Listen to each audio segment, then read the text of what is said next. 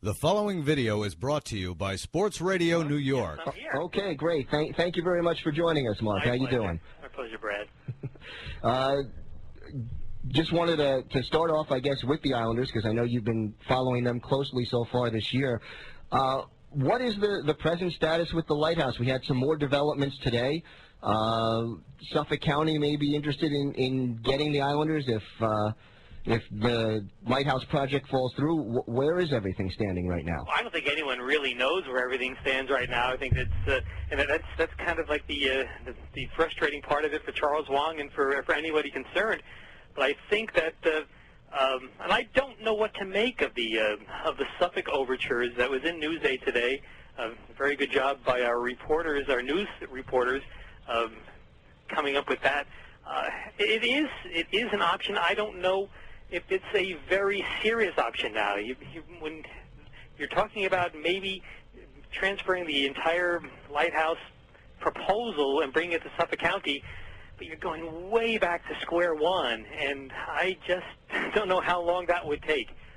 But it's very intriguing. It's very intriguing, and I think the bottom line is Charles Wang needs something in his hand to take to the town of Hempstead and say, look, if I don't get this, I'm going to go somewhere else. And I think that's what makes that kind of an interesting newsworthy story.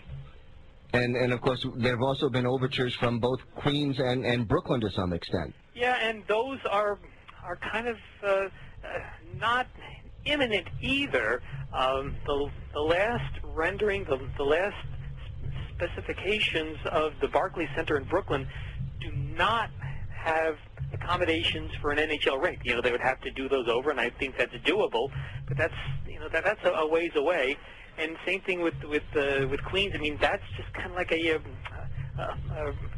very in the very conceptual stages now. So those things are far away. But then again, they are legitimate options. The one thing that I would say, especially about the Brooklyn project, the thing about this whole issue is that Charles Wang has found that he really can't turn a great profit on just the Islanders, and he's losing $20 million a year, he says. He's looking for a real estate deal to kind of offset that. And if he moves the team to Brooklyn, he certainly doesn't have that opportunity because it's someone else's development. Maybe he would sell the team to the billionaire who has decided to buy the Nets and move them there. I don't know. So I'm a little skeptical of that, but it certainly is an opportunity. And in Queens too, I think it would be a great thing for Queens. That's a ways down the road too. The other thing is too, and it's a very good point that our reporters made in the story today, is if they move even within this area, they would have to pay indemnification to the Rangers. The Nets had to do that when they moved from Long Island to New Jersey. They had to pay a big fee to the Knicks to get into the NBA, but then when they moved from Long Island to New Jersey, they had to pay some more. And it's a little-known fact that as part of the deal, they took Phil Jackson's contract. Phil Jackson ended his playing career with the Nets because of that deal. Yeah, now, of course, the one thing that is a bit of an advantage to Charles Wang with either the Suffolk, Queens, or Brooklyn option is that the lease on the Coliseum runs through 2015. Yes. So it would give him 4 or 5 years to sort of get all of his cards in order. Yeah, that's true. But again, there's town of Hempstead impact on that too, because he announced that lease deal with Nassau County recently, and I don't know the specifics of it. It's very quirky. But if this new lease deal is signed, but then it falls through, then he has an out of that lease before 2015. So that's something to keep an eye on too.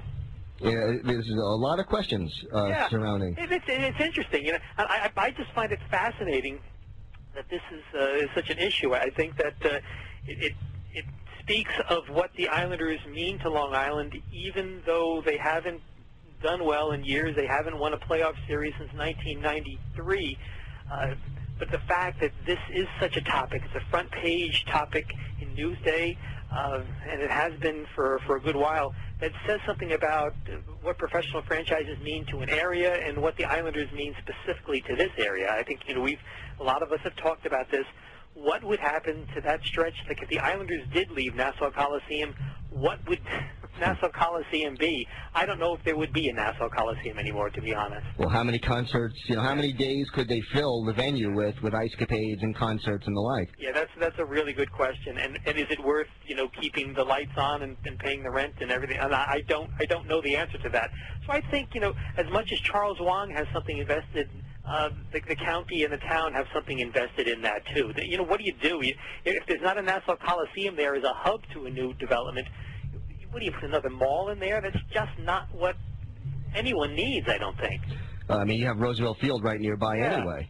Yeah. So, what is your prediction for this? Where do you think the final outcome will be? I've said this all along, and I wrote this recently. I think that if I really had to place a bet, I would say that he will get a refurbished Nassau Coliseum as part of a Lighthouse Project, but a scaled-down Lighthouse Project. I think that works for everybody. I think the town of Hempstead saves face. Charles Wang gets to have a development, maybe just not the scope of a development that he has planned.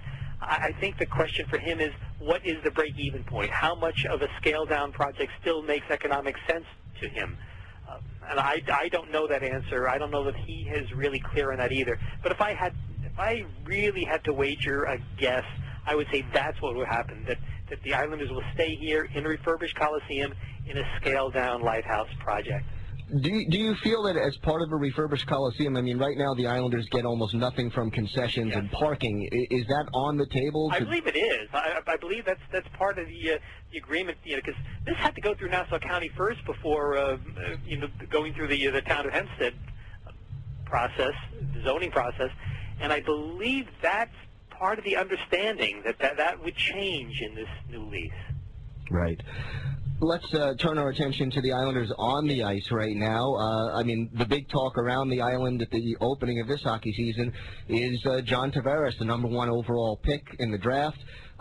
So far, he's scored points in all but one of his first 6 games.